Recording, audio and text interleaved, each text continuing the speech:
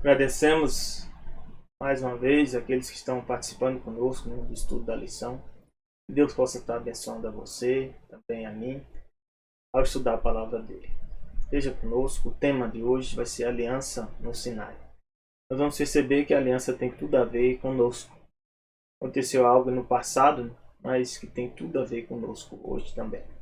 Vamos fazer uma breve oração para que Deus nos conduza nos momentos que se seguem. Nosso Deus e Pai, agradecemos a Ti a oportunidade que o Senhor nos dá a cada dia de estudar a Tua palavra, de compreender as verdades que o Senhor nos quer revelar. Que a Ti pertence o reino, a glória e o poder.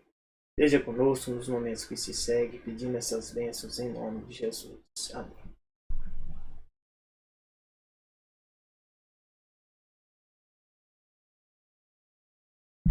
A aliança que Deus preparou para nós, a gente tem que entender, né? A gente às vezes fica pensando, tem duas alianças, houve a aliança, velha aliança, assim como a gente pensa que Velho Testamento, Novo Testamento, né? O Velho Testamento era baseado em sacrifício de animais, né? Novo Testamento baseado no sacrifício de Jesus. E a gente também confunde pensando, houve uma aliança, duas alianças, né? E a Bíblia também fala em algumas passagens, né, de nova aliança, né? E a gente tem que entender que Deus são novas fases da aliança. Não é que é uma aliança velha que foi trocada por uma nova. Essa nova aliança, na verdade, são fases de uma aliança, que a própria Bíblia diz que é uma aliança eterna. E nós vamos ver que essa aliança eterna é com o ser humano, com a humanidade. E ela foi planejada antes de nós mesmos existirmos. Por isso que essa aliança, a Bíblia diz que ela é eterna. Como ela é eterna, ela tem várias fases. Sim. Igual eu me uno, uni minha esposa, Antes eu comecei namorando, depois noivando, tivemos casamentos, Teve uma fase que a gente não tinha filhos, agora nós já temos filhos, e vai se mudando, A aliança é a mesma, mas vai mudando as fases. E aí nós vamos dizendo que podemos entender o significado da palavra nova aliança, ou seja, uma nova fase da aliança eterna. No verso Êxodo, para memorizar, Êxodo 19:4 diz: Vocês viram o que fiz aos egípcios, e como levei vocês sob as asas de águia, e os trouxe para perto de mim. Então Deus, em alguns momentos, eles falam de Deus fazendo como uma espécie de águia, que carrega seus filhotes, protege esses filhotes, e traz esses filhotes a novas experiências e novas capacidades, porque a águia faz isso com os seus filhotes. E Deus diz, trouxe eles do Egito, Por quê? Nós temos que lembrar que Jacó desceu com sua família, cerca mais ou menos de 70 pessoas, e passaram os 400 anos lá e saíram de lá, estavam sendo escravizados. E Satanás tinha um plano de impedir que o plano da redenção e essa aliança de Deus permanecesse. Mas Satanás não consegue impedir os planos de Deus, nem no passado, nem no presente, nem no futuro. Quem pode impedir somos nós, se nós não aceitarmos os planos de Deus em nossa vida. Nós vamos ver justamente isso durante essa lição. Ezequiel 16, 59 e 60 diz assim: Porque assim diz o Senhor Deus, eu te farei. E Deus aqui, nós temos que entender esse Deus aqui, é Yahvé. Porque assim diz o Senhor Yahvé. Esse é o nome dele que está lá escrito. Eu te farei como fizeste, que desprezaste o juramento, quebrando a aliança. Então, Deus fala que nós podemos quebrar a aliança. O povo de Israel quebrou a aliança? Quebrou a aliança. Apesar de ter prometido que ia ser fiel à aliança. Mas quebra, nós somos falhos. Mas Deus não quebra. Diz, contudo, eu me lembrarei da minha aliança. É isso que Deus diz no passado e diz hoje também. Fiz contigo, eu me lembrarei da minha aliança que fiz contigo no dia da tua mocidade. E estabelecerei contigo aliança eterna. Então Deus, meus irmãos, a aliança de Deus independe das nossas falhas. Ele não quebra a aliança. Agora, nós podemos quebrar a aliança? Podemos. Podemos quebrar a aliança a ponto de sairmos da aliança. Podemos. Isso é possível. E nós vamos ver que isso é possível. Alguns fizeram aliança, um concerto com Deus e depois desistiram desse concerto e se afastaram de Deus. Deus permite? Permite. O amor não prende, o amor não escraviza. O amor deixa livre para escolher. Só que o amor implica obrigações e responsabilidades. Sim. Dentro de um casamento, tem obrigações e responsabilidades. Mas você é obrigado a permanecer no casamento? Não. Alguns deixam o casamento. O casamento é justamente da mesma forma que uma aliança. Jeremias 32, 39 a 40 diz assim: eu lhes darei um mesmo coração. Qual é o plano que Deus tem para nós nessa aliança eterna? Nos dá um mesmo coração, um só caminho, para que me temam todos os dias. Meu Deus, graças a Deus que Deus tem esse plano para mim e para você. Nós somos falhos, mas Deus não é falho. Deus vai nos dar um coração, um só caminho, e esse caminho é Jesus, para que nós temamos a Deus todos os dias da nossa vida. Que maravilha! Temer não é ter medo, não, é respeitar, ter consideração, suprema consideração por Deus. E Deus diz aqui, para que Deus vai fazer isso? Para o nosso bem, para o seu bem e o bem de seus filhos, depois deles. Louvado seja nosso Deus. Farei com eles uma aliança eterna. Vendo que a aliança é eterna? De não me desviar de lhes fazer o bem. Esse é o plano que Deus tem para mim e para você. De não deixar de nos fazer o bem. Porei o meu temor nos seus corações, para que nunca se apartem de mim. Louvado seja nosso Deus. Porque nossa natureza quer se afastar de Deus. Pode ter a observar a sua vida, se não é assim. Se a gente não lê a Bíblia, ainda tem mais. Para ler a Bíblia, a dificuldade é grande. Se você não tiver uma decisão, uma firme determinação, você passa o dia todo sem ler a Bíblia, sem orar. E esse dia será um dos piores dias da sua vida. Satanás vai se aproveitar de você, se você fizer isso nesse dia. Mas para você ler a Bíblia, também Satanás vai te tentar impedir de todas as maneiras possíveis. Ler a Bíblia, orar, entregar a tua vida para Deus. Isso aí é o que acontece conosco, todo dia. Não existe um dia que você venceu no outro dia passado e hoje você não tem que vencer. Hoje você tem que vencer do mesmo jeito de ontem. Você tem que lutar do mesmo jeito. Mas a Bíblia diz aqui no Salmo 25:14, o segredo do Senhor, ou seja, de Yahvé, é com aqueles que o temem. Olha que fantástico. Então, se nós temos temor a Deus, ou seja, respeitamos a Deus, temos suprema consideração por Deus, Deus revela o segredo dele para ele, para nós. Quais são os segredos de Deus? São revelados na palavra dele. Que fantástico, né? E é por isso que Satanás faz as pessoas pensar que a Bíblia é um livro comum. Que a Bíblia é um livro que às vezes não deve ser lido. Que a Bíblia é um livro que é falho, cheio de falhas. Né? Tem falhas nas traduções? Tem. Mas você acha que Deus já não sabia que essas falhas iam ocorrer? É por isso que a Bíblia demorou quantos? Mais ou menos de 1.500 a 1.600 anos para ser escrito. Por quê? Porque Deus repetiu os princípios da salvação, os princípios do plano da redenção em vários profetas. Porque aí, repetindo, quando você lê várias passagens sobre o mesmo tema, uma hora você vai descobrir as passagens que não são coerentes. E você vai entender a verdade. Nosso Deus é um Deus altíssimo e poderoso. Porque ele sabe quais são as artimanhas de Satanás. Mas também ele já traçou um plano. E essa Bíblia, que às vezes tem falhas em algumas traduções, você adquira outras traduções. Compare uma com a outra, investigue, você vai descobrir a verdade.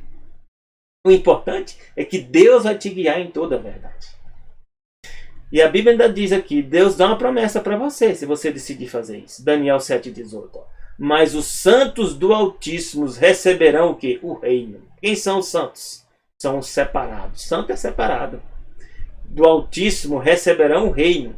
E o possuirão para todos sempre, de eternidade em eternidade. Nós vamos participar do reinado. Aqui diz que nós vamos receber o reino. É a coisa assim que, né? Nós às vezes vimos de origens, né, tão difíceis, né? Ou seja, em condições financeiras, condições familiares, problemas da família. Alguns, né, não têm pai, outros não têm mãe, falecem ou são abandonados, né? E seja, N problemas. Eu sei da história de uma jovem, né, nos Estados Unidos que colocaram ela numa lata de lixo. né? Podia ser tudo para ela não ser mãe, né? E ela depois de adulta, ela defende, né, a vida. Né? Tentaram abortar ela e hoje ela defende a vida e é contrário ao aborto e tem uma família. É Deus, que Deus é fantástico, meus irmãos. E Deus nos promete o reino de eternidade em eternidade. Não importa o que esteja passando contigo. Se você for parte do povo dos santos de Deus, você vai receber o reino. Você crê nisso? Você confia nisso? Eu confio. Deus não mente. Hebreus 10, 16, 17 diz assim, ó: esta é a aliança que farei com eles, conosco, depois daqueles dias. Ou seja, aqueles dias já passaram, está conosco. Diz o Senhor: porei o quê? As minhas leis em seus corações. Essa é a nova aliança que a Bíblia diz que Jesus veio fazer. Porque a lei, né, escrita numa tábua de pedra, para o povo de Israel, não funcionou para a maioria deles. Uma boa parte deles, né, foi fiel, mas a maioria não adiantou nada.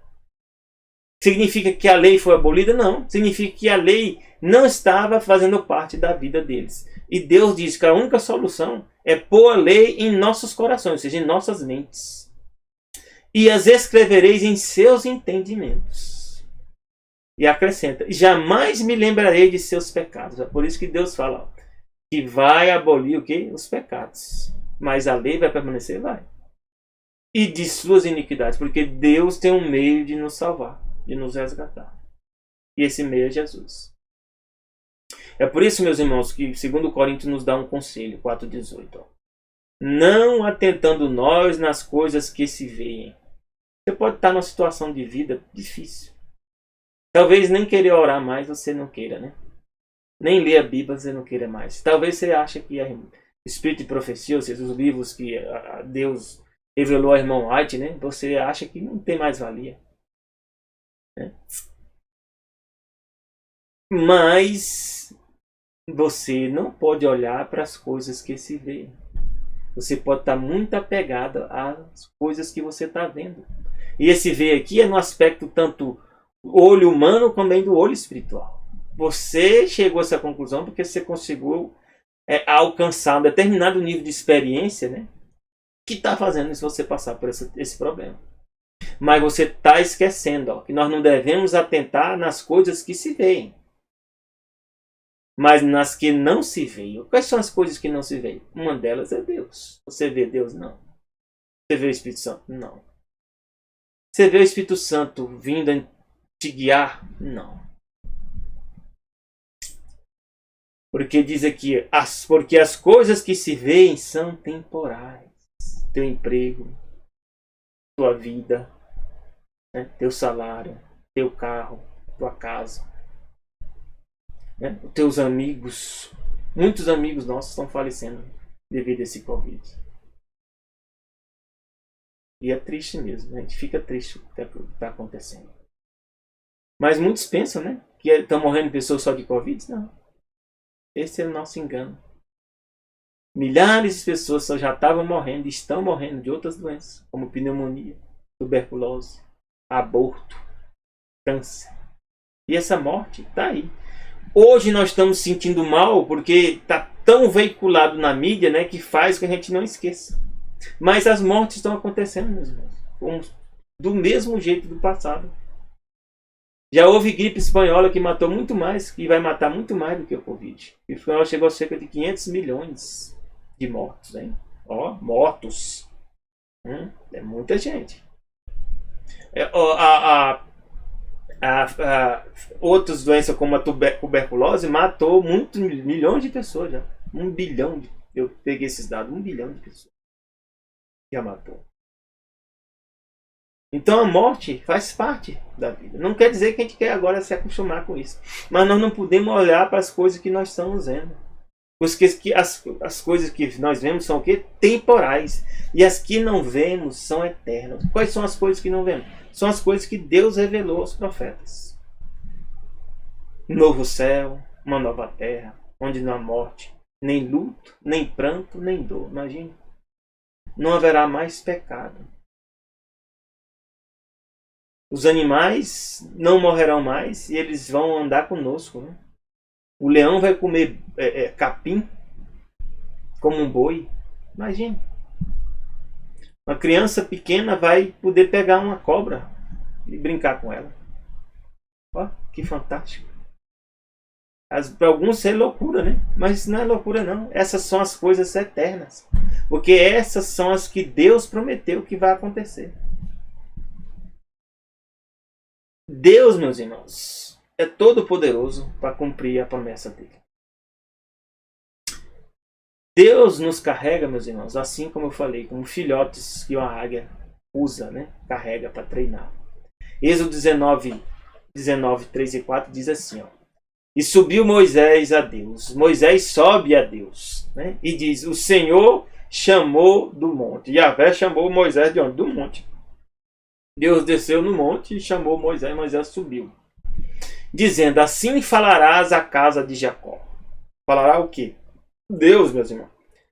Alguns falam que a gente segue a Deus pela fé. Sim, mas a fé de Deus é racional. Não é fé cega, não. Olha o que Deus fala aqui. Ó. Assim falarás à casa de Jacó. Falarás o quê? Anunciará aos filhos de Israel. O quê? Vós tendes visto o que eu fiz aos egípcios. Eles viram? Viram. Eles atravessaram o mar pela fé? Foi. Mas foi racional? Foi. Deus explicou para eles tudo o que ia acontecer. Como vos levei sob as asas de águias e vos trouxe a mim. Então Deus apela para a gente para a razão. Você está vivo por quê, meu irmão? Você está vivo por quê, meu irmão? Por que você ainda está vivo? Sendo que milhares de pessoas já morreram. Deus tem um propósito para você. Por isso que você está vivo. Ainda não alcançou o propósito para qual Deus quer que você esteja vivo. Então quer dizer que os outros que morreram também foi de acordo com a vontade de Deus? Deus nunca planejou a morte. Não posso dizer para você que é de acordo com a vontade de Deus. Mas Deus permite a morte? Permite. Porque o ser humano escolheu, através de Adão e Eva, que a morte entrasse. Então a morte acontece e Deus permite que ela aconteça sim, até que Deus decida, né, restaurar tudo. Mas não venhamos pôr a culpa em Deus. Não foi Deus que trouxe a morte para a humanidade.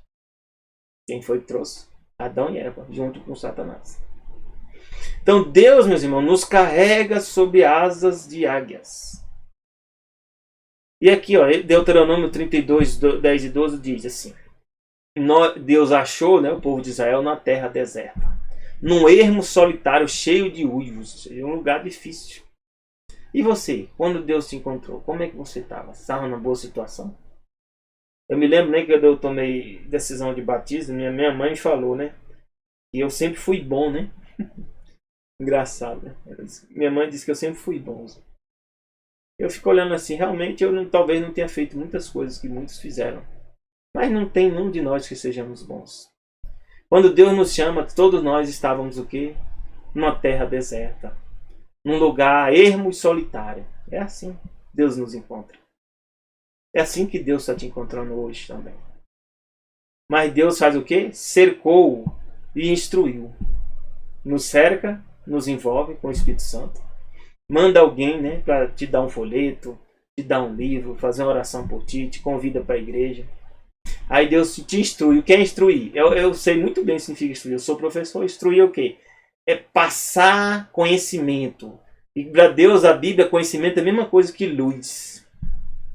Tirar você o quê? Das trevas. Guardou como a menina do seu olho. Ou seja, às vezes a gente nem percebe que no meio de tudo que está passando de ruim em nossa vida, Deus está nos protegendo. Eu sei tantas vezes que Deus me protegeu. Depois que passou, eu já entendo. Aí diz aqui, como a águia desperta a sua ninhada. Para mim, esse verso é maravilhoso. É maravilhoso. Como a águia desperta a sua ninhada, move sobre os seus filhos, estende as suas asas, toma-os e leva sobre as suas asas. O que é que a asa faz? Ela pega o filhote lá nas alturas, para treinar o filhote, ele bota na asa. E ela solta o filhote, ó, para aprender a voar. Aí o filhote desce, né? E com meio medo, né? É o que acontece conosco. Deus está nos ensinando a voar. Esse voar é o quê? É voar uma liberdade de ser livre do pecado. Nós somos escravizados pelo pecado. Então Deus quer nos libertar, nos ensinar a voar como seres livres do pecado. Mas é uma luta difícil. Temos que ser treinados. E Deus faz isso assim como a águia faz com os seus filhotes. Toma-os e leva-os sob as suas asas. Assim só o Senhor o guiou. Não havia com ele Deus estranho. Louvado seja nosso Deus. E Oséias 11, verso 1 e 2 diz assim, ó, quando Israel era menino, eu o amei. Do Egito chamei a meu filho. Deus nos trata como filhos. E onde quer que nós estejamos, onde quer que se esteja. Para Deus o Egito é o lugar de quê? Da escravidão. E no Egito representa a escravidão, né? Física, mas também do pecado, espiritualmente. Deus, nós estamos lá no meio do pecado e Deus faz o quê? Nos ama e nos chama. Mas como os chamava, assim se iam de sua face. Eu falei para vocês que a gente pode rejeitar Deus? Pode. Deus chamava. Mas assim como Deus chamava, assim se iam da sua face. Sacrificavam a Baalins. Baalins aqui significa o quê? Senhores. E Baal significa a palavra Senhor. É por isso que eu fico muito... Para mim, nunca vou estar sossegado com o nome de Deus sendo traduzido como Senhor. E não sendo colocado o nome dele. Yahvé. Eu vou usar Yahvé. Porque Baalins ou Baal significa Senhor. Ele sacrificava Baal. Baal era o quê? É o Deus do Sol. Em várias religiões. Em alguns lugares é chamado de quê? Osíris, Ra, Apolo. Né? E vários outros nomes, né? Como Deus Sol. Queimavam incenso à imagem de escultura. Então, para isso a gente faz se afastar de Deus. E hoje as pessoas fazem isso e queimam incenso. Sacrificam, né? a outros senhores. Será assim não? Dá um exemplo. Tudo aquilo que você fizer que for contrário ao que Deus se revelou, vai ter alguém que te ensinou a fazer aquilo. Pode ir atrás. A ideia não foi tua. Se você resgatar de onde é que vem essa ideia, vem de outros falsos deuses, outros falsas religiões, outros falsos conceitos. E esses falsos conceitos às vezes estão até dentro da ciência. Que nós chamamos de ciência. Se você for investigar, por exemplo, o modelo heliocêntrico vem dos povos gregos romanos, de Aristarco. Mas se você investigar lá para trás, o modelo heliocêntrico está ligado à adoração ao Deus Sol. Por quê? O heliocêntrico, o Sol tem que ficar no centro. Porque o Deus principal é o Deus Sol. Então, se você investigar lá para o passado, você vai ver que o modelo heliocêntrico ele vem de uma ideia ligada à adoração ao Deus Sol. Mas hoje não, mas foi provado que o modelo heliocêntrico é o verdadeiro. Né? Foi provado mesmo. Quem saiu da Terra chegou a distância tal que consegue ver de fato onde o Sol se encontra. Não, se movimentaram, né? O pessoal chegaram lá na Lua. Chegaram mesmo. Até o vídeo que tinha, disseram que perderam. A NASA disse que perdeu. A gravação original diz que perdeu. Aí diz, cadê os projetos do foguete? Não, também não se tem o projeto do foguete. Perderam o projeto do foguete. E qual foi a tecnologia que foi desenvolvida? Porque eu sou engenheiro de estrutura, né? Eu sei o que é um projeto para você fazer uma nave, né? Eu sei bem sobre isso. Eu sou especialista nisso. Cadê o projeto? Por que não replica o projeto para poder voltar à Lua? Não, o projeto foi perdido. Coisas estranhas, né? Muitas coisas estranhas. Tecnologia é essa que consegue atravessar, tem uma parte depois da estratosfera, né? E você vai saindo, né, camadas mais à frente, que a temperatura vai crescendo. Chega a 3.500 graus Celsius. Aí eu pergunto, que material foi esse que foi usado para que esse foguete conseguisse atravessar essa temperatura? Ninguém fala. Né? Interessante, né? Tem um comentário aqui da lição da Escola Sabatina do segundo semestre e diz assim: a águia era conhecida por sua devoção em comum aos seus filhotes. Também vivia no topo das montanhas a águia. Ao ensinar suas crias a voar, ela as levava nas costas a grandes alturas, sobre as planícies do Sinai, e então soltava nas profundezas. Para ensinar o filhote, a águia tinha que tomar uma decisão. Não pode passar a vida no ninho. Então, às vezes, também a gente quer ir para a igreja, né? Quer ser totalmente protegido, né? Dos problemas, da dificuldade. Aí quando você começa a ter dificuldade, às vezes, dentro da própria igreja, você diz: não, essa guerra não deve ser de Deus, não. Será assim, não? Os apóstolos que estavam com Jesus tiveram problema? Estavam junto com Jesus e teve problema? Inúmeros problemas. Teve a gente, até apóstolo, que traiu Jesus. Ou seja, dentro da igreja houve até traição. Mas deixou de ser igreja? Não. Para você conhecer quem é o joio e o trigo, Deus permite que nós venhamos para a igreja e comece a viver como irmãos. E aí, nessa vida, nós vamos descobrir se de fato nós somos irmãos. Se nós somos joio ou trigo. É a mesma questão aqui, questão da águia. A águia leva o quê? Pega o filhote e coloca nas costas a grandes alturas e depois solta ele nas profundezas. Se a vizinha ainda era muito jovem e desnorteada para voar, a águia mãe mergulhava por debaixo dela, ó. Tomava nas costas, voava de volta para o ninho nos pedaços para cima. É o que Deus faz conosco. Deus, quando a gente ora e clama a Deus, Deus vem e ó, tira a gente do problema. Não é assim? Eu não tenho dúvida, não. É isso que tem acontecido comigo. E se você tem dúvida, clame a Deus. Você vê se Deus não vai vir e vai te pegar nas mãos. Se for necessário, Ele te carrega no colo. Pode ter, não tenha dúvida. E foi assim que Deus tirou o povo de Israel, né, do Egito. Louvado seja nosso Deus. Porque Ele não desiste de nós. Então qual é o padrão, meus irmãos, de salvação? Que a lição fala aqui para nós. Êxodo 6,6, Deus faz um convite, um apelo, e Ele pede uma decisão. Olha o que Deus fala. Portanto, diga aos filhos de Israel: eu sou o Senhor. Quem é o Senhor? E esse Senhor, de novo aqui, vamos corrigir. Eu sou Yahvé. O que significa Yahvé? Eu sou o que sou. Eu sou aquele que sou o que sou. Vou tirá-los dos trabalhos pesados do Egito. Quem é que nos tira dos trabalhos pesados, da escravidão, do pecado? É Deus. Vou livrar-os da escravidão. Está vendo aqui? Vou resgatar vocês com o braço estendido. É o mesmo Deus que faz isso contigo hoje. Com grandes manifestações de juízo. Eu os tomarei por meu povo e serei o seu Deus. E vocês saberão que eu sou Yahvé, seu Deus, que os tiro dos trabalhos pesados do Egito. Deus também fará isso conosco. Deus vai nos retirar da escravidão do pecado. Ele está te tirando. Ele já tem coisas que Ele já pode ter te libertado. E Ele vai te libertar completamente. Porque Ele é todo poderoso para fazer.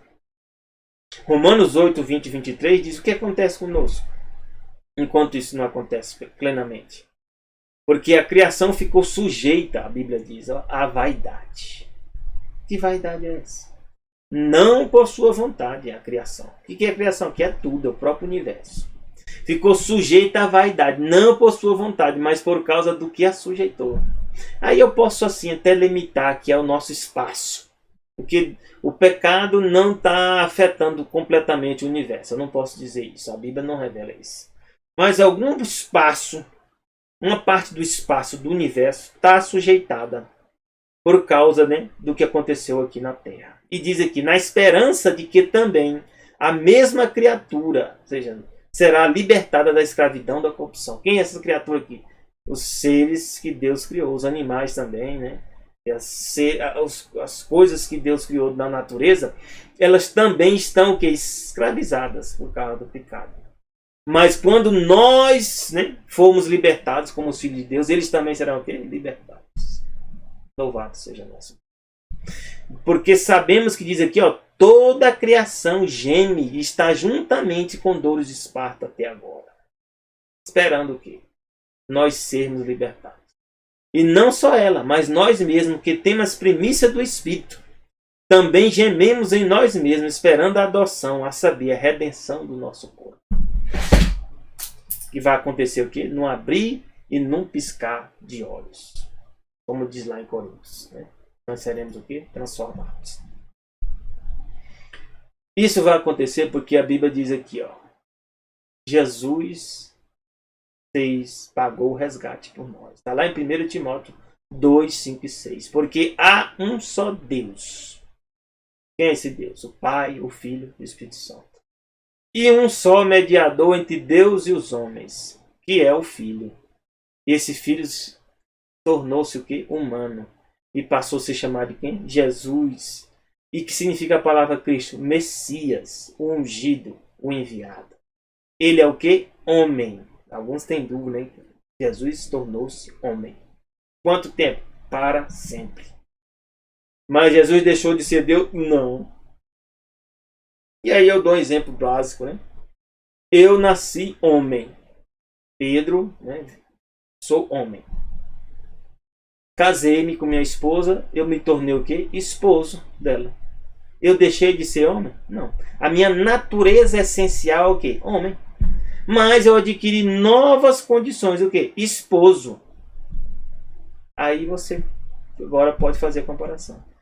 Deus, a natureza dele é o quê? Jesus? De Deus. Mas também ele adquiriu a nova condição, o quê? De ser homem. Similar a eu, me tornei esposo ao casar com minha esposa. Mas uma coisa impede a outra? Não. Então Jesus é Deus e o quê? Homem. Pedro é o quê? Homem e esposo.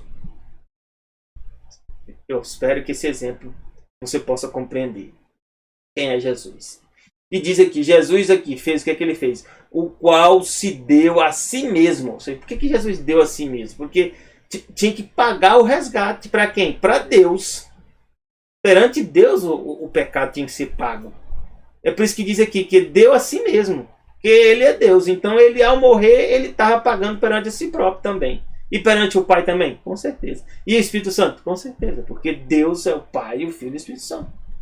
Então deu a si mesmo em preço de redenção por todos. Para servir de quê? De testemunha a seu tempo.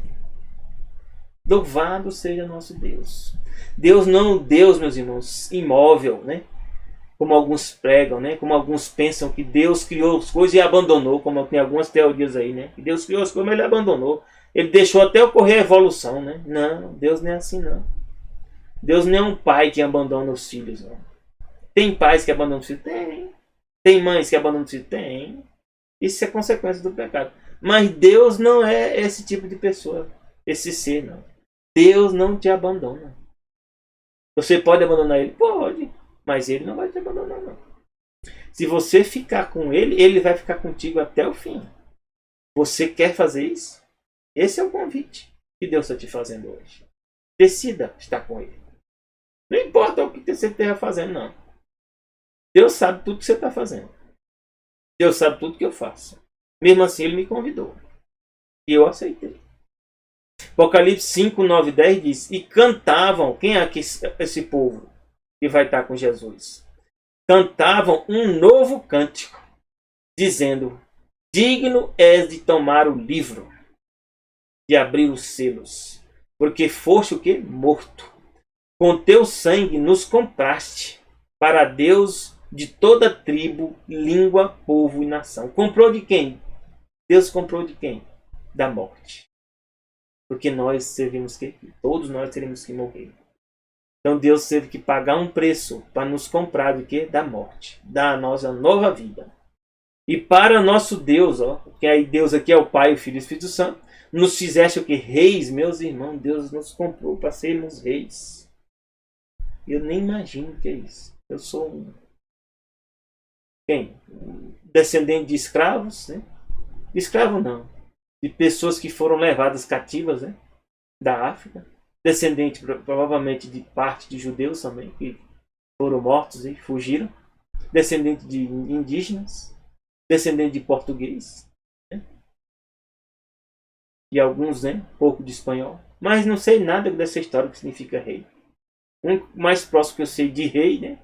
É da Rainha Inglaterra, que a gente vê, né, em televisão, vê em vídeo. Nem entendo o que significa isso. As obrigações e a responsabilidade. Mas Deus diz que nós vamos ser reis e sacerdotes. Reinaremos sobre a terra. Para quanto tempo? Diz que lá de eternidade em eternidade. Meus irmãos, é por isso que nós não devemos esquecer dessa passagem aqui. Nunca esqueça. Nunca esqueça dessa passagem. João 8,36. Ela é a chave.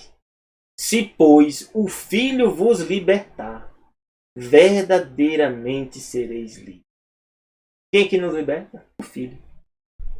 E ele pode nos libertar? Sim. Ele pode te libertar? Sim. Você quer, a pergunta é, você quer ser livre? Você quer ser livre? Isso às vezes é mais difícil, né? Tu quer ser livre? Vai pensando aí.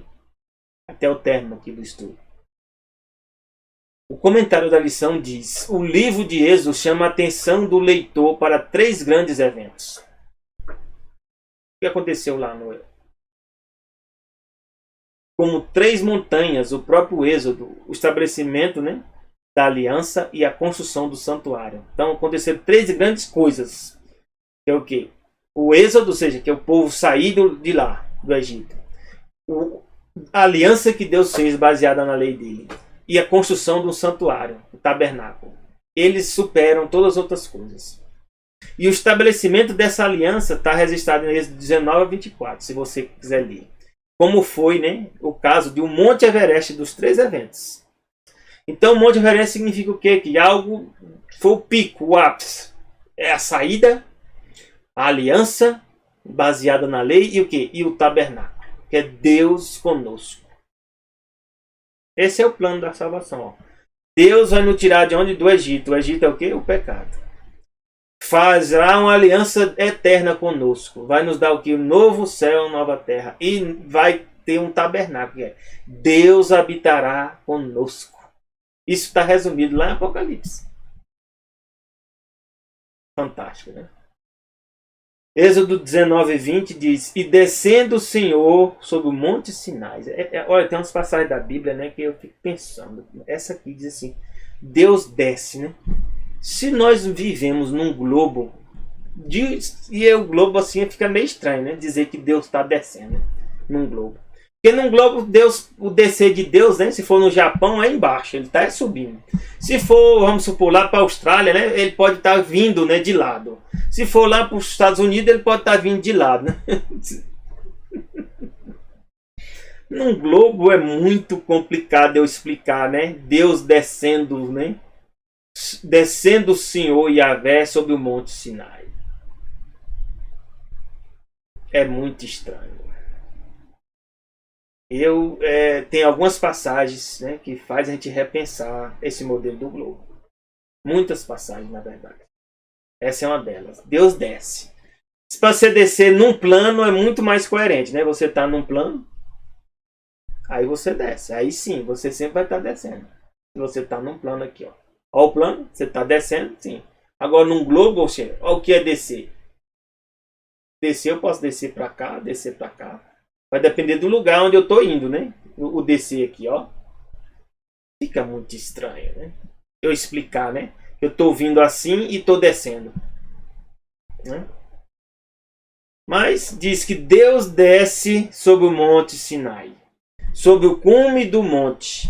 Chamou o Senhor, né, Yahvé, Moisés ao cume do monte e Moisés subiu.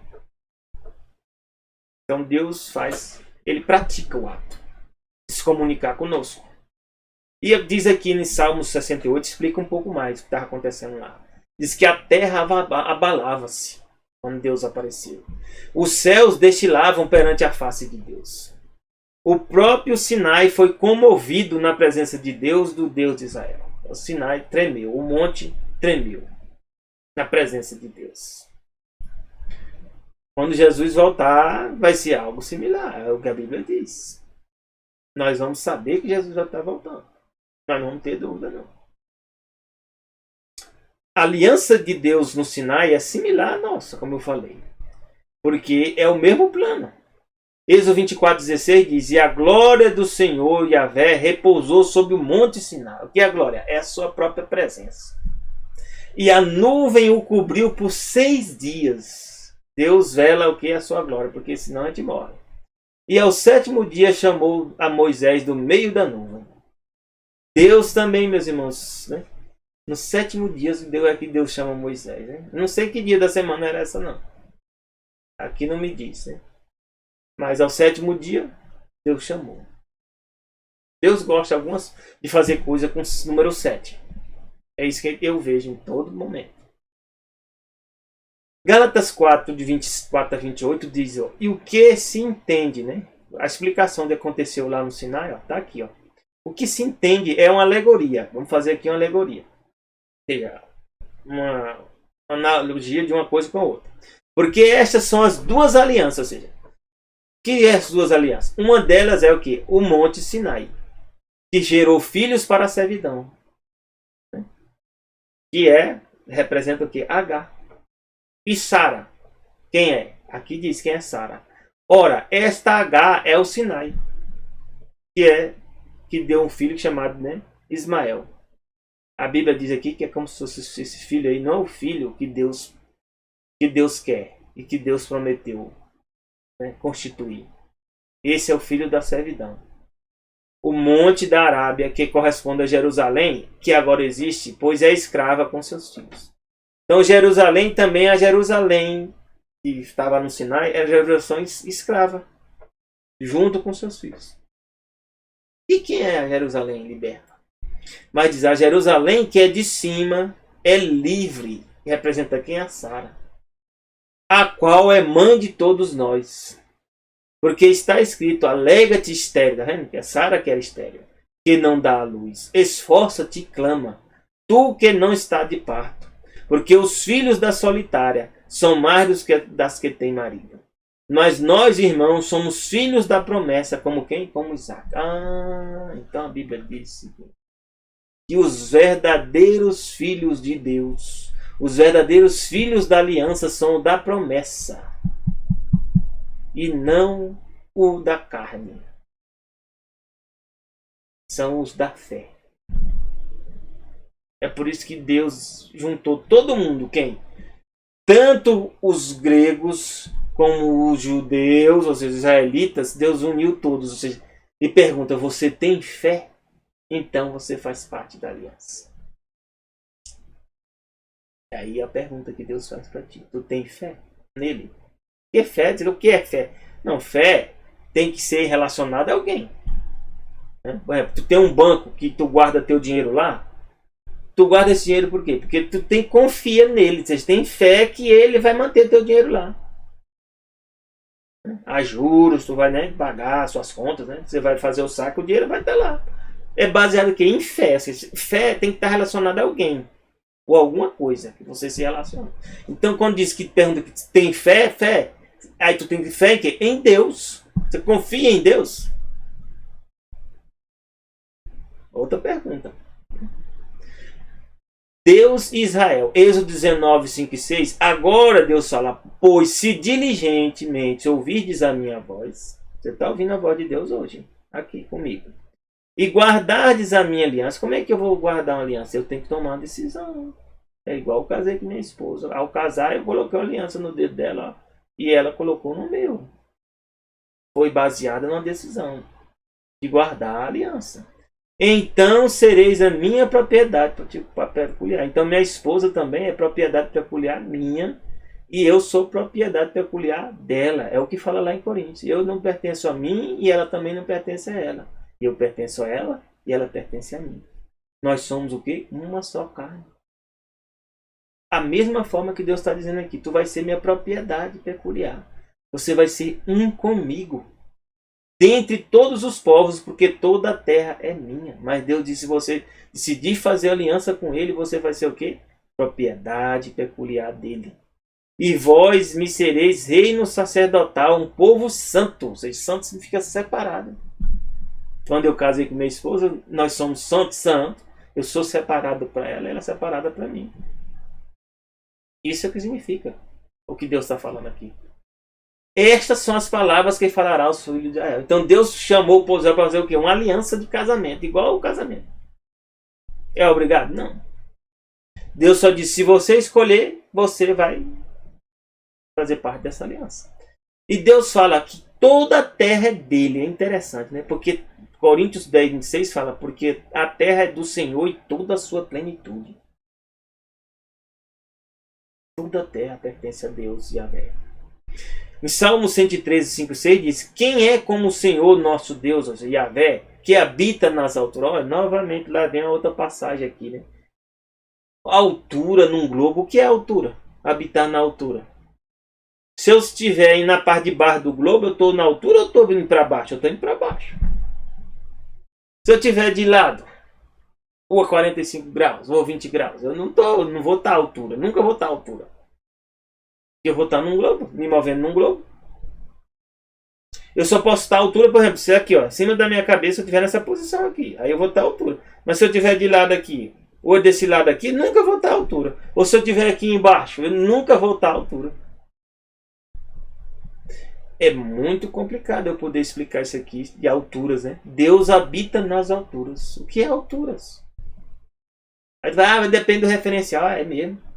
Não. Não. A altura é a altura. O qual se inclina, mas diz que Deus nas alturas, o que ele faz? Se inclina para ver o que está nos céus e na terra. Então Deus está num lugar que ele vê tudo que está ocorrendo. Onde? Nos céus e na terra. Nosso Deus é grande. Nosso Deus é poderoso. Romanos 3, 20 e 22 diz assim, ó: por isso, meus irmãos, nenhuma carne será justificada diante dele. O que é justificada? É assim: vim perante Deus e você dizer que tem direito, e Deus dizer, não, você tem direito mesmo, realmente você tem direito. Isso significa justiça. Ter direito. Independente de Deus. Imagine eu afirmar que eu tenho direito independente de Deus. Aí já entendeu? É por isso que está dizendo que nenhuma carne será justificada diante dele pelas obras da lei. Entenderam? Porque obra perante Deus vai dar no direito de alguma coisa? Não. Quem que me criou? Quem te criou? Quem criou os céus e a terra? Qual o direito nós temos perante o Criador? Nenhum. Aí diz aqui, ó, porque a lei, o que a lei faz? Vê o conhecimento do pecado. Olha, sabe o que é o pecado no original? Errar o alvo. Errar o alvo. Então o que é o alvo? A lei. Não terás outro Deus diante de mim. O que? É o alvo. Não farás para ti imagem de escultura. É o alvo. Não tomarás o nome de Deus. É o alvo. Guardará o dia do sábado, é o alvo. Honra pai e mãe, é o alvo. Então tudo isso aí é o alvo. Quando você erra, você está o quê? Pecando. Então o pecado, a lei vai dizer, ó, o alvo, tu errou o alvo, ó. Era aqui, tu foi para lá. Deus aqui diz, mas agora se manifestou sem a lei. Por quê? Porque a lei resolve meu problema? Não, a lei só vai dizer para mim se eu estou acertando ou errando. Agora se manifestou sem a lei a justiça de Deus. Ah, então Deus diz, não, eu vou te dar o direito, meu filho. Você não tem o direito perante mim, mas eu vou te dar o direito. Deus resolve fazer isso. Resolveu fazer isso por nós. Tendo testemunho da lei. Aí a lei vai dizer, não, realmente Deus agora, ó, te garantiu. E de quem mais? Dos profetas. O que Deus fez? Isto é, a justiça de Deus pela fé em Jesus Cristo. Então como é que Deus vai te dar o direito? Deus vai perguntar para ti, tu crê em meu filho que eu enviei? O Messias? Jesus? Você aceita ele? Aceita. Você está decidido seguir ele? Estou decidido. Então eu vou te dar o direito. Eu vou perdoar os teus pecados por causa dele. Então Jesus, se você aceita Jesus pela fé, Deus nos justifica. E sobre todos os que creem, porque não há diferença. Ou seja, aí Deus está preocupado aqui agora com o que você fez? Não. É só a pergunta que ele vai fazer, é o quê? Você aceita meu filho como teu Senhor e Salvador? Essa que é a questão. Aceita? Ah, então eu te dou o direito. Direito a ter vida eterna. Isso significa justiça. Dar direito a alguém. Efésios 2, 8, 10. E aí depois o que acontece conosco? Qual é o plano de Deus? Nos dá direito à vida eterna. Por que Deus vai fazer isso? Ele explica aqui, ó. Porque pela graça sois salvos. Nós somos salvos pela graça. Deus te dá o direito. Por meio da fé. Isso. Isso não vem de nós. Não vem de nós, não. É o dom de Deus. É dado por Deus. Não vem das obras. Não é a obra que vai fazer isso, não. É a aceitação. Não vem das obras porque ninguém se glorie. Porque nós somos o quê? Feituras suas. Qual é o plano de Deus para nos dar a vida eterna? Deus tem um plano. Aqui explicam.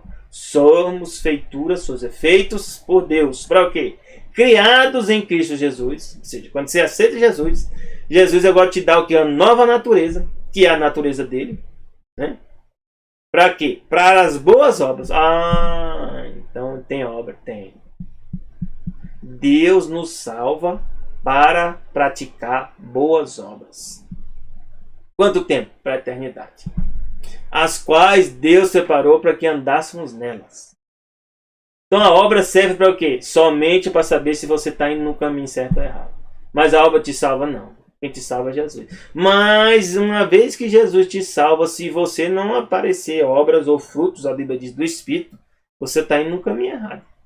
Você pode ter certeza que você está no caminho errado. Tem alguma coisa errada em sua vida.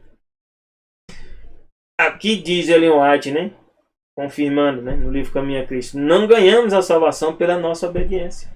Pois a salvação é um dom gratuito de Deus, que recebemos pela fé. Mas a obediência é fruto da fé. Se você tem fé em Deus, você confia em Deus, você vai obedecer o que Deus te diz. O máximo que você puder. Não quer dizer que esse máximo você alcançou a perfeição. Não alcançou a perfeição. Porque a Bíblia diz que todos pecaram e carecem de quê? Da glória. Mas você está fazendo o seu melhor. A cada dia você está fazendo o seu melhor. Por isso que às vezes Deus falou que veio Moisés e chamou os anciões do povo e expôs diante deles todas as palavras, né, que Deus tinha falado. Que o Senhor Yahvé tinha ordenado. Então o que o povo fez? Todo o povo respondeu a uma voz e disse: tudo o que o Senhor tem falado faremos. E relatou Moisés ao Senhor as palavras do povo. Deus ouviu. Deus firmou a aliança com eles, firmou. Mas Deus sabia que eles não iam cumprir, sabia. É por isso que eu fiz a pergunta para você aqui. Você está decidido? Fazer o quê? Fazer tudo o que Deus tem falado? E a gente consegue fazer? Não consegue. Não se iluda pensando que você vai aceitar Jesus, que você vai fazer tudo que Deus, Jesus, te ordena. Cada dia você vai ficar vencendo um pouco aqui, um pouco ali. É por isso que Jesus diz que quem perseverar até o fim será salvo. Jesus não falou quem vencer e fizer tudo que eu mando. Não falou isso, não. Sabe por quê? Porque Provérbios 28, 26 diz assim: o que confia no seu próprio coração é insensato. O povo de Israel confiou que eles, né, podiam fazer tudo o que Deus tinha falado. Disse que ia fazer. Fizeram mesmo? Fizeram não. Porque às vezes a gente confia no nosso próprio coração e nós somos o quê? Insensatos. A gente acha que vai conseguir fazer, né? Mas diz aqui: o que anda em sabedoria será salvo. O que é quem anda em sabedoria? O que é a sabedoria? Deus é a sabedoria. Olha o que diz aqui em Jeremias 17, 7. Bendito o homem que confia no Senhor. Isso é o que? Sabedoria. É confiar em quem? No Senhor. Não é confiar em você que você vai guardar a lei, não. Não é achar que você está guardando o sábado perfeitamente. Não, você não está, não. Nós não estamos, não. Mas agora eu não vou dizer agora que o sábado está errado. Deus não é. Mas eu dizia agora que eu vou guardando perfeitamente o sábado. Isso é ilusão. Mas que eu também agora tenho que buscar a cada dia guardar da melhor maneira possível. Aí sim, esse é o caminho. Isso é andar em sabedoria. Isso é confiar em Yahvé. E diz aqui, ó: bendito o homem que confia em Yahvé, cuja confiança é Yahvé. Não confiar em si próprio.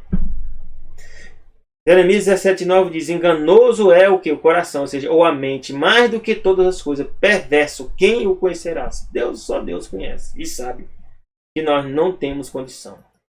Mas Ele nos dá o poder para fazer. E tendo indo um pouco mais adiante, olha o que Jesus fala aqui, ó. Jesus sendo Deus, olha o que Jesus fez, meus irmãos. Jesus, no meio da prova maior, né, que é decidir se ia morrer ou não morrer pelo homem, Ele não é obrigado a morrer, não. Se Ele morresse, nós tínhamos uma chance. Se não morresse, nós estávamos perdidos. Mas Ele não era obrigado a fazer isso, não. Ele era inocente. Então, Marcos 14, 35, 36, Jesus diz aqui, tendo Jesus, né, lá no Getsemane, ido um pouco mais adiante, Jesus prostrou-se em terra e orou para que, se fosse possível, passasse dele aquela hora. O que é que Jesus fez? Jesus confiou em si próprio? Não. Quando vem a prova, a gente às vezes confia. A última coisa que a gente faz é orar, né? Você está orando pelas pessoas que estão doentes? Que estão em sofrimento por essas doenças desse Covid? Alguns estão muito confiados nessas vacinas, né? Será que essas vacinas vão resolver o problema mesmo? Tem cientista, né, especialista dizendo que não era o momento adequado de vacinar as pessoas nessa hora. Que nós podemos estar fortalecendo o vírus. É igual quando você está com a gripe e você começa a tomar um monte de remédio, né? E toma um remédio de forma errada. E o vírus da gripe vai ficando cada vez mais forte. Aí tu tem que tomar um antibiótico cada vez mais forte para poder matar. Pode ser que nós estejamos fazendo isso. E ano que vem nós estejamos numa situação pior ainda do que nós estamos esse ano. Eu espero que não. Que Deus, né, tenha misericórdia de nós. Mas pode acontecer. Mas o que Jesus fez? Jesus orou a Deus, meus irmãos. Clamou ao Pai, o que? Abba, Pai, todas as coisas te são possíveis. Tudo é possível para Deus. Afasta de mim esse cálice. Não seja, porém, o que eu quero, mas o que eu quero. A gente tem que fazer oração a Deus, colocar nas mãos de Deus aquilo que nós queremos, sim. Mas nós temos que estar preparados, assim como Jesus nos ensinou aqui. Porém, não seja, porém, o que eu quero, mas o que tu queres. E Deus tirou de Jesus o cálice, tirou não. Deus olhou para ti, para mim. Deus resolveu, o Pai, nos dar uma chance para que nós sejamos salvos. Mesmo Jesus tendo que morrer. E Deus sofreu com a morte de Jesus, o Filho. Meus irmãos, não quero nem pensar. Deus é o Ser Supremo. É o Altíssimo. Nós sofremos. E qual é o sofrimento de Deus? Eu não quero nem pensar. Salmo 37, de 5 a 7. Entrega o teu caminho ao Senhor, então, meu irmão. Confia nele e ele fará. Você vai resolver entregar teu caminho a Deus? Seja o que você estiver passando. Você está decidido isso? Eu tenho feito isso. Meus irmãos, de vez em quando vem na minha cabeça esse salmo aqui. E as coisas parecem que estão piorando comigo. Parece mesmo. Sou sincero. Mas eu resolvi entregar na mão dele. E estou confiando nele. E sei que uma hora ele vai fazer. E ele fará sobre isso aí a tua justiça como a luz. Ou seja, justiça é direito. E luz é o que? Conhecimento, informação. O teu juízo como meio-dia. Ou seja, Deus vai mostrar a verdade. Vai te fazer vitorioso. Claramente. Então descansa em Deus, Yahvé, e espera nele. Não te indignes por causa daquele que prospera em seu caminho. Tem muita gente prosperando? Tem. Com essa pandemia? Tem. Por causa do homem que executa astutos intentos. Tem muita gente fazendo muita coisa errada no meio desse sofrimento. Dessa que nós estamos passando. Mas Deus vai tirar, vai cobrar deles. E aqui diz, meus irmãos, Israel buscava a lei da justiça. Não chegou à lei da justiça. Por quê? Porque não foi pela fé. Ele não confiou em Deus. Ele olhou a lei e disse, eu consigo resolver, eu consigo guardar, eu consigo adorar a Deus, eu consigo guardar o sábado, eu consigo, né, não tomar o nome de Deus em vão. Ou seja, ele confiou em si próprio. E não confiou em Deus. Não pediu poder a Deus para fazer o quê? Para guardar a lei. Mas como pelas obras da lei, eles estavam confiados nas obras. Por isso tropeçaram na pedra de tropeço. Qual é a pedra de Jesus? Esqueceram do principal. Que a salvação vem pelo quê? Pela fé em Jesus. Confiar em Jesus. Como está escrito, eis que eu ponho em Sião a pedra de tropeço e uma rocha de escândalo. Todo aquele que crê nela não será confundido. Crê. Em quem? Na pedra. Quem é a pedra? Jesus. Eu não posso, eu tenho que confiar em Jesus, não é em mim, não. Você está disposto a confiar em Jesus? Não é fácil, não. Viu? Vou dizer para você. Porque nós vamos ter que aprender a obedecer ao que Jesus nos manda. 1 Coríntios 10, de 1 a 4 diz, ora, irmão, não quero que ignoreis que os nossos pais estiveram todos debaixo da nuvem, todos passaram pelo mar, todos foram batizados em Moisés. Jesus já estava com a humanidade desde sempre. Na nuvem e no mar. Todos comeram da mesma comida espiritual. Ó. Beberam todos a mesma bebida espiritual, porque bebiam da pedra. Ó, a pedra de tropeço aqui, ó, a pedra espiritual que eu segui. Quem era a pedra? Cristo. Alguns dizem que a pedra é Pedro, né? Algum dia, o próprio Pedro disse que a pedra é Jesus. Pedra significa base, fundamento da nossa fé. Por isso, meus irmãos, que diz que também a nós foram pregadas aqui as boas novas, como a eles. Mas a palavra da pregação nada aproveitou para eles, lá diz aqui. Porquanto não estava misturada com fé naqueles que a ouviram. O que é fé? Confiar em Deus. Ao ver a palavra de Deus, você decide o quê? Confiar em Deus. Você está decidido a confiar em Deus? Mesmo sem saber. Às vezes a gente não está sabendo muita coisa. Mas o que é confiar? Justamente sem saber. Quando você casa, você tem certeza que vai dar certo o casamento? Não sabe, mas você toma uma decisão. Você confia. Com Deus, eu tenho certeza que se for com Deus, não vai ter problema. Tiago diz 2, 17, 18, assim também, ó, a fé, se não tiver as obras, é morta em si mesma. Então, se você confia em Deus, tem que haver obra. Qual é a obra? Uma das obras, primeiro, o quê? Andar com Deus. É ler a Bíblia, é orar, é clamar, é pedir perdão a Deus, confessar teus pecados. Isso são as obras que Deus quer que tu faça. Mas dirá alguém, tu tens a fé, eu tenho as obras. Então, se você não faz isso, meu irmão, a situação está muito difícil. Você não lê a Bíblia, você não ora, você não clama a Deus, não decide obedecer a Deus. Aí é difícil. Suas obras já estão mostrando que a sua fé, a Bíblia diz, é o quê? É morta. Mostra-me a tua fé sem as tuas obras. E aqui diz, eu te mostrarei a minha fé pelas minhas obras. Mas você pode fazer esse monte de obra sem ter fé? Pode, mas uma hora você vai ser descoberto igual a Judas. Judas foi descoberto? Foi. Satanás foi descoberto no céu? Foi. Então, uma hora a verdade vai aparecer. O espírito de escravidão é gerado por se procurar viver de acordo com a religião legal. Ou seja, eu quero viver de acordo com a religião. Pelo esforço de cumprir as reivindicações da lei em nossa própria força. É o que eu falei antes. Né? Há esperança para nós apenas ao nos colocarmos sob a aliança, né? Que, como Abraão fez, baseado aqui na fé. Em quem? Em Jesus. Confiar em Jesus. E aqui diz em João 1, 8, 31, 32. Olha o que Jesus diz aqui. Jesus dizia aos judeus que criam nele. Se vós permanecerdes na minha palavra. Isso aqui é obra? É obra. Decidir permanecer na palavra. Qual é a palavra? A Bíblia. As Escrituras. Jesus disse, se vós permaneceis na minha palavra, verdadeiramente serei meu discípulo. Então, como é que eu vou saber se eu estou no caminho correto? Se eu estou permanecendo na palavra de Deus. Eu estou sendo o quê? Discípulo de Jesus. E Jesus diz, aí, a permanecer na palavra, você vai conhecer a verdade. O que é a verdade? De novo, é a palavra, é a Escritura. A verdade vai te libertar. Amém? Que Deus esteja te guiando. Que Deus esteja te dando poder para você permanecer na palavra. Então, as obras que Deus quer que você esteja olhando é o que? Se você está vivendo de acordo com a palavra. Mas não quer dizer que essas obras vão te garantir a salvação. Não, nunca vai ser. Vai ser sua fé em confiança em Jesus. Porque diz aqui, 1 Coríntios 7, 22, ó. Porque o que é chamado pelo Senhor, sendo servo, é liberto do Senhor. Deus te chama, Yahvé te chama, mas você pode vir como o quê? Como escravo, como um servo. E Deus faz o quê? Te liberta.